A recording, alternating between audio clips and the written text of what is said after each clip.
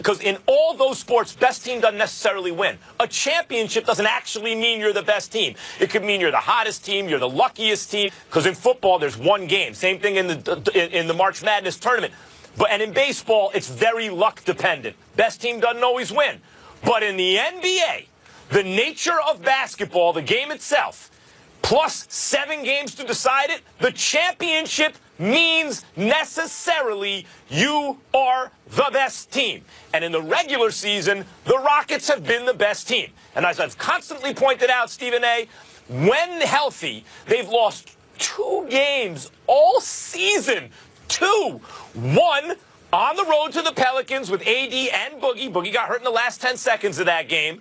The second one was a schedule loss, as Jalen Rose pointed out, that you could see coming. They were playing the 3rd and 4 nights, 2nd of back-to-back on the road at Toronto. You can pencil that in, circle that, say they're probably going to lose that game.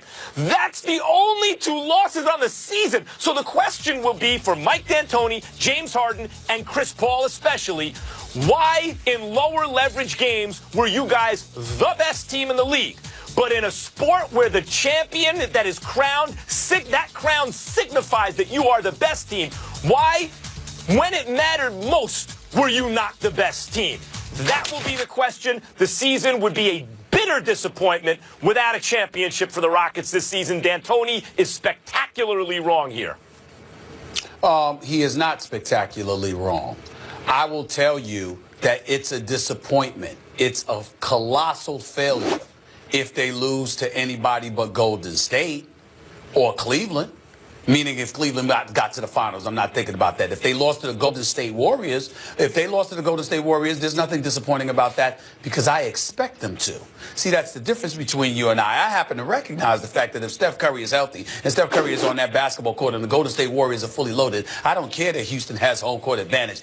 Even if there was a Game 7 in Houston at the Toyota Center, I would pick the Golden State Warriors to win that game. And by the way, if Steph Curry is healthy and they do meet, I'm predicting that will go 7 games. And Houston will have a Game 7 on its home court at the Toyota Center, and they will still lose on their home court with an NBA Finals berth on the line. That is what I believe. Having said all of that, anything outside of that is a disappointment. But not if you lose to the Golden State Warriors. Now, if they don't have Steph Curry, that's a different ballgame. Because if you don't have Steph Curry, you're the Houston Rockets. You should be able to beat this Golden State Warriors team without Steph Curry. But I expect Steph Curry to be back. And so my thing is Houston's going to be fully loaded. Golden State's going to be fully loaded.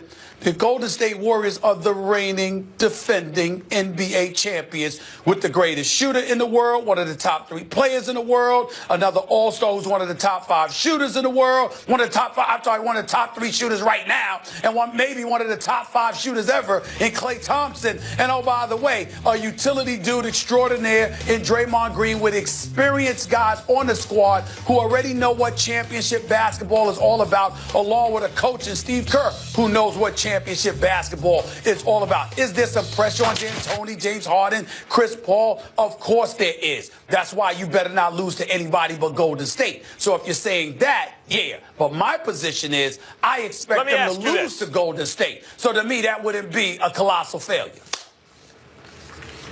Well, look, first I want to say something, and I'll ask you a question.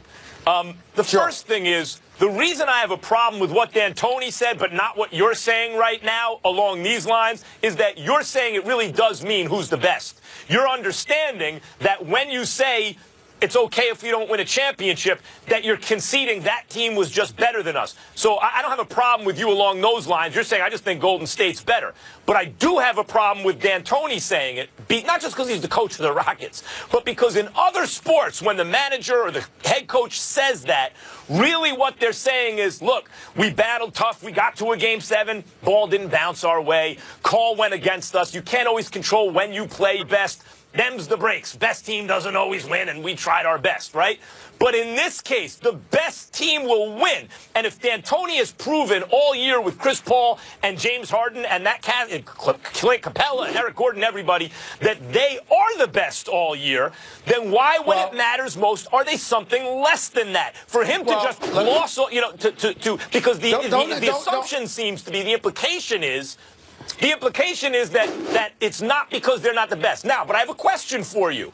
If a game goes to a Game 7, and it could go either way, why are you picking Golden State? Are you saying Houston will choke, or Golden State just got too much talent?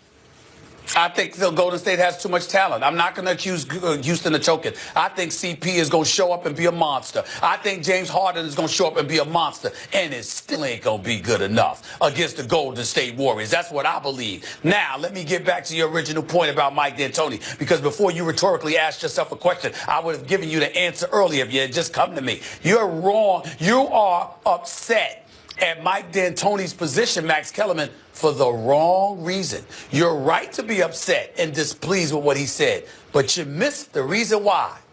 Don't you understand this is about the third time this man has done this? When they won about 61 games, I think it was 2006, 2007, whatever season it was, you understand? And the expectation was that they were going to get to the finals. D'Antoni was saying this then. Then when he got to New York, remember, he was in New York even though they weren't competing for a championship. Remember, he didn't want Carmelo Anthony at the time. He wanted to hold on to Danilo Gallinari and Wilson Chandler and those boys. Why? Because getting Carmelo automatically put D'Antoni in a position where the city was going to clamor for him to produce now. And he did not want that culpability. This is why he went to James. I'm giving you inside information, baby. Listen to me. This is why he went to James Dolan, and he was looking to get re-up. And when he wasn't going to get re-up, or extended rather, he wanted out. Mike D'Antoni's a damn good coach. He's a good man. He's my coach of the year. But there have been times in the past, rather, where he has not been that receptive towards grabbing the baton and saying, this is our time, damn it. We have to do this. Otherwise, the season is a failure. He is not one that's been prone to do that. That may be. I will take that one at a time. In Phoenix, they weren't the best team. They were on SportsCenter all the time because they had a very pleasing offensive style. They weren't defensively good enough. They weren't, period. The issue but is I'll give you that. In Phoenix, that's fine. Right. I'll give you Phoenix. In New York, in spite of whatever inside information, whoever you've talked to, the fact of the matter is Carmelo is a bad player for D'Antoni. The Knicks would have been better off never making that Carmelo trade, as history has shown. That's not the subject. When Carmelo went down and Jeremy Lin played, they got better. But the point is, D'Antoni needs certain types of players. Oh, Carmelo is the wrong player for him. Kobe was the wrong player for him. Point. Right now, he has the right. It is not your point. It is my point. It's the point. He has the right type of players for him. I'm talking about your point. I'm talking about your point. Your point is you didn't like what he said. I was addressing his words. I'm not debating the basketball element of it as it pertains to Melo in New York. I'm saying his words were he did not want to be obligated to have to produce with Melo. That's your interpretation. That's a fact. That's your interpretation of why he didn't want Melo. Did you hear that from Mike D'Antoni? How do you know what's in his head? Yes. My interpretation of him not wanting Melo is Mike D'Antoni said he didn't told you that he didn't want Carmelo because it puts pressure on him to win now. Mike D'Antoni made it very, very clear to all of us. I can get Frank Azzola on the air for you. I can get Mitchell Lawrence on the air for you. You can take it from me. Mike D'Antoni was of the position that they would not be able to win with Carmelo Anthony. It was public. When we spoke about it, did he say those exact words? Wait. No. But go ahead. But Stephen A., you're interpreting that because he didn't want the pressure to win now because he was abdicating that responsibility. My interpretation is that he didn't want Carmelo because he knew he couldn't win with Carmelo Anthony. His system isn't right for Carmelo Anthony and vice versa. No. You're speculating based on reading and educating yourself and your hypothesis. I am telling you he was pursuing a new contract. And if you have younger players, that's not star quality. Listen to me. Listen, it's important. If you have younger players who are not stars, then ultimately the responsibility and the pressure to try and win may not be there. As a result, it buys you more time, which positions you to get a new contract, which is what he wanted at the time. Melo's arrival was going to get in the way of that. Oh, You're Lord. still interpreting his motivation from those facts. My interpretation, which actually is the correct interpretation, is that because you he don't didn't cover the want league. Carmelo because he knew he correct. couldn't win with Carmelo. He knew he couldn't win with.